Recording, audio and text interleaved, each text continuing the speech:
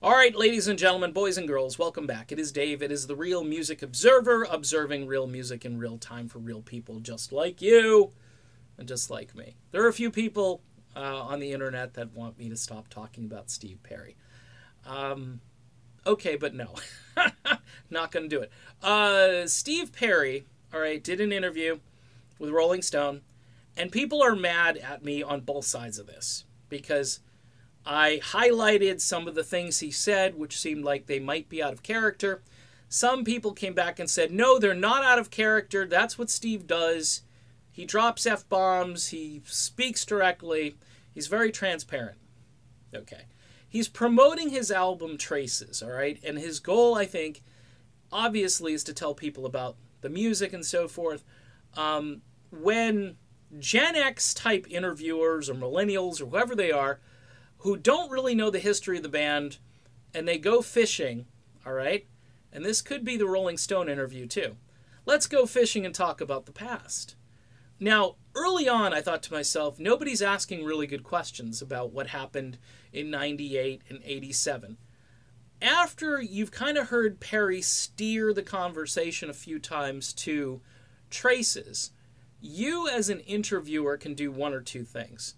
You can go for a reaction to make your article maybe a little more zippy, more people want to read it, there's some drama in there. Or you can respect Perry and say, you know what, today's not the day to talk about the past. Because Steve Perry doesn't seem to want to talk about the past. He doesn't want to talk about 87. He does it in very generic terms, is burnt out, heat tiles, re-entry. He's told the story really since about 2012, if you go back, and maybe even prior to that. Some people can dig up things and I'll go, oh, he's saying the same thing he said, 10 years ago. So as an interviewer, I would probably stick to Traces and talking about maybe, are you thinking about doing some live gigs, talk about who you used on the album, why you used those people. That would keep everything, keep a lid on some of these things that Perry obviously still is hurting from. All right? Now, early on, I was saying, go after it, go after it.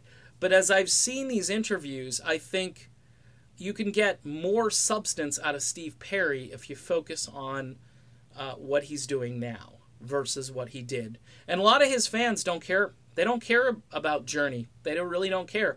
And they separate. Like I said on a tweet a while back, I said Journey fans aren't necessarily Perry fans and vice versa. Okay?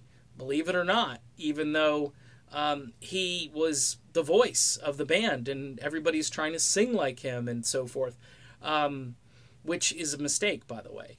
Everybody should be their own person. Arnell has been successful because he's been Arnell.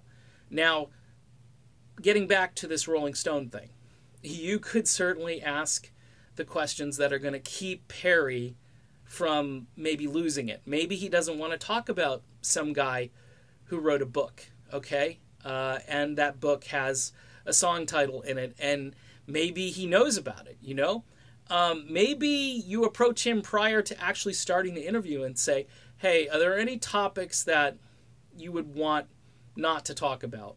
And we'll just do an interview that helps you promote your new album and just keeps everything sort of above board, Take the high road.